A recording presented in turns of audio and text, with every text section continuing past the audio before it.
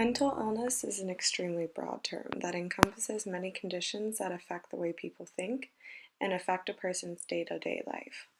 There's a lot of variation that comes with the term mental illness. Autism and depressive disorder are both classified as mental illnesses, but these conditions do not share many similarities. Treatments for mental illness are often individualized since mental illnesses present themselves differently in many cases and are so diverse. To illustrate this definition, this video will explore major depressive disorder and schizophrenia. According to NOVA, all of the 9 symptoms of major depressive disorder affect the way people think and/or a person's day-to-day life. For example, a diminished interest or pleasure in almost all activities is a symptom of major depressive disorder.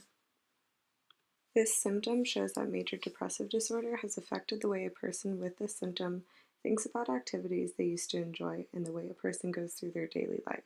Another example of major depressive disorder affecting a person's daily life and the way he or she thinks can be found in the BBC podcast, The Borders of Sanity. The podcast explores depression in Japan. The podcast presents multiple examples of people that have been diagnosed with major depressive disorder.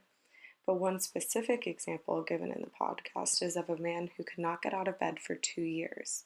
This symptom of MDD affected his day-to-day life and the way he thought.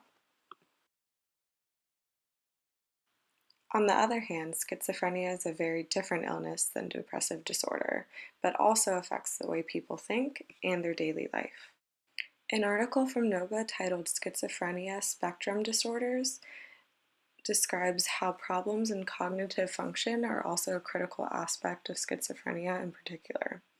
This impairment of cognitive function affects the way people think by affecting memory and processing speed, which both also affect people's day-to-day lives. Ellen Sachs describes more in depth what it's like to live with a mental illness, specifically schizophrenia, in her TED Talk.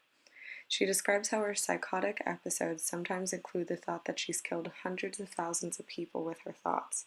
Her description of her mental illness, specifically this example, makes it clear that schizophrenia affects the way she thinks and her day-to-day life.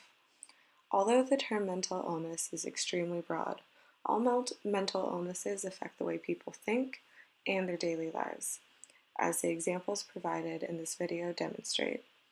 Thanks for watching.